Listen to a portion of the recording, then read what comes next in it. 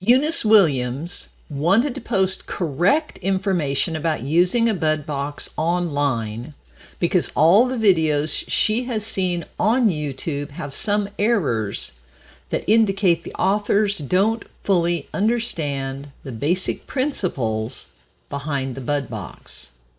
Following are portions of Stockmanship Schools where Bud Williams talked about the ideas behind and the use of the bud box, which was named for Bud when he developed the design in the early 1960s in Northern California. Okay, the next thing we're going to talk about is around like loaded trucks, going to the processing, working around the chutes and alleyways and like that. The thing is most of our facilities today are built wrong. Most of them. Not everyone, but probably about 90% of them, or 99%, are built wrong for livestock. We have people designing the facilities now that probably mean well and probably know a lot. But they don't build them for livestock, they build them for people. And I just really have gotten vocal in the last couple of years about this because I think it's so ridiculous. In order to really work animals and work animals the way that I think they should be worked, we have to have facilities that animals understand going through instead of us having to force them through it. An animal is not afraid to go onto a truck. An animal is not afraid to go onto a set of skates. An animal is not afraid to go up to the squeeze chute. But the way that we do, we think they're afraid to because we're doing the wrong thing back here. We have things built wrong sometimes. We do the wrong thing back here, and so the animal doesn't want to go there. It doesn't want to go there because it's necessarily afraid of it. It doesn't want to go there because we're really literally telling it not to go there. Or we built something that we wouldn't go through either. If you was going down, let's put you in Iraq or Iran, and you're going down this hallway, and it starts getting narrower and narrower. Pretty soon you kind start of hearing these footsteps behind you. and you're getting to thinking maybe I shouldn't go into that. You know? The thing is we need things that are open. We need things where they can see. We need things where that their instinct is taken of where we want them to go and so on like that. Then when you work the animals, when you get done with them, they haven't been through a very traumatic experience. They've just been through an experience. So my adventure. yeah, that's right.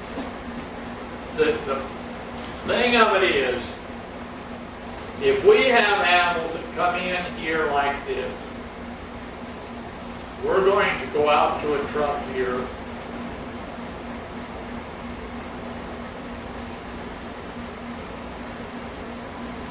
We have this built like this. We have a gate that will close across here.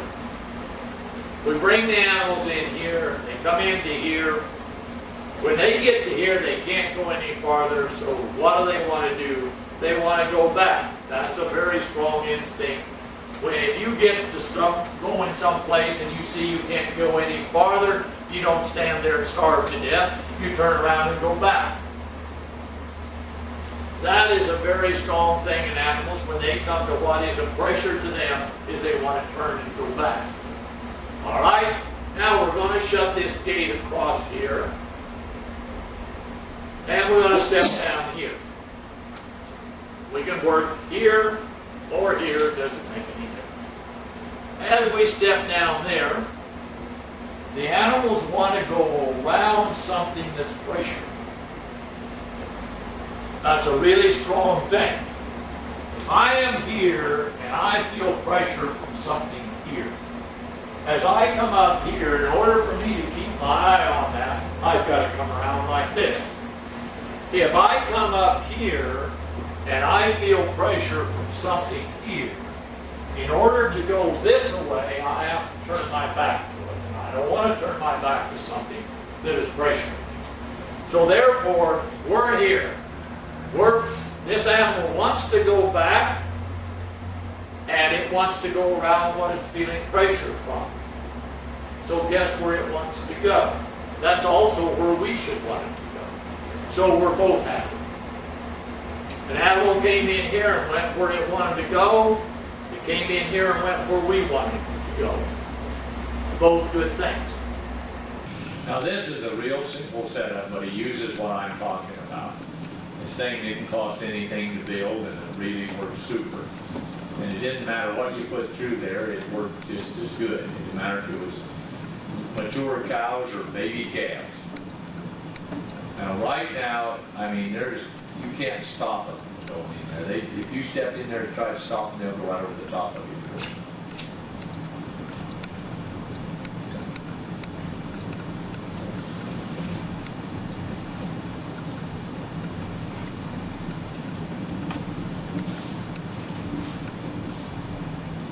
What this does is it uses everything that the animal wants to do to help you get what you want. They come up against that dead end and they want to go back. That man positions himself in such a way that as they're going back and they want to keep their eye on him, and it just draws them right around in a circle. Now, he didn't take the pipe out. That calf stopped. He didn't even try to put it in there. He knew something was wrong. He's there and they're ready to go. They want to go in there. And they want to go in there bad. Well, then they'll go on through like you should. He was kind of embarrassed about that when he forgot to take that pipe out. Actually, we've had cattle jump that pipe to go in.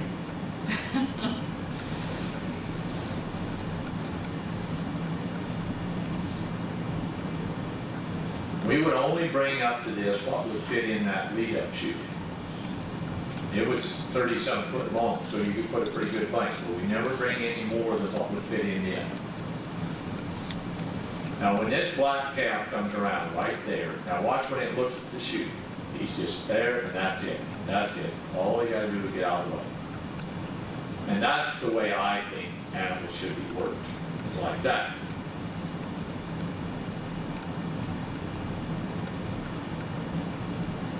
This is where we load trucks up there. We had a tub. We took a cutting torch to it and made a good tub out of it. Now watch how she just pressures there. Pressures into them. They want to go back. They want to go around her. And in they go.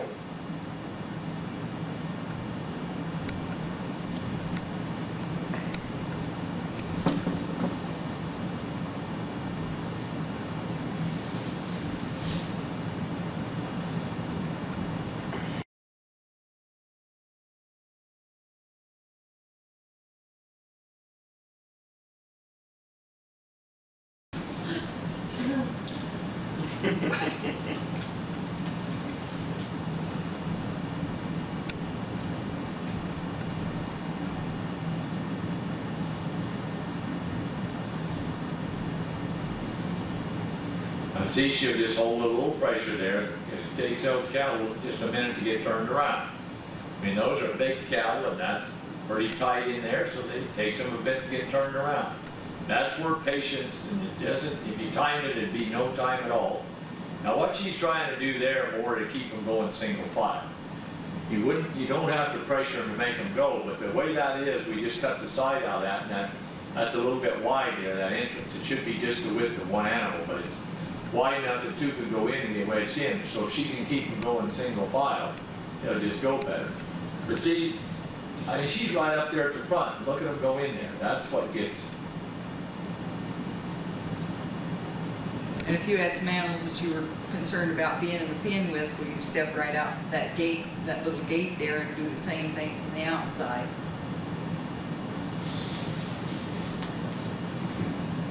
Always have it so your cattle can be going back in order to work at it. In the first place, when you come up there then and close the gate, you're in the right spot. There's a little escape gate right there. You can just step outside and let it work right outside. You can feed those kind from right there outside the fence too. I mean, you don't have to be in the pen. It's just that our cattle are quiet and handle good, and fat cattle are quiet and handle good, so you can be in the pen. It's just as safe as anything. But if you have cattle that's even the least bit wild, why, you don't have to be in there. You can be outside. You just have to be about where she's at on the other side of the fence. Now see, you've got to let them get turned around. Now there's where people have trouble. They don't turn around just instantly, then they want to get to the back of the pen. Well, you don't want to get to the back of the pen. She's going to get it just right, because she wants them going on the truck and all of them going on the truck. And as soon as they're headed on there, she's got it made now, because they'll just peel around and they follow those going in there. One 1,300-pound steer can drive another 1,300-pound steer a heck of a lot easier than we can shove it up there. So what you're wanting is the steers coming from behind to push the others on, is what it amounts to.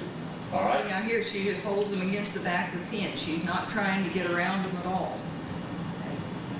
It doesn't take them long to realize that they don't want to be pushed against the back of that pen. Now she's got them loaded, that's it.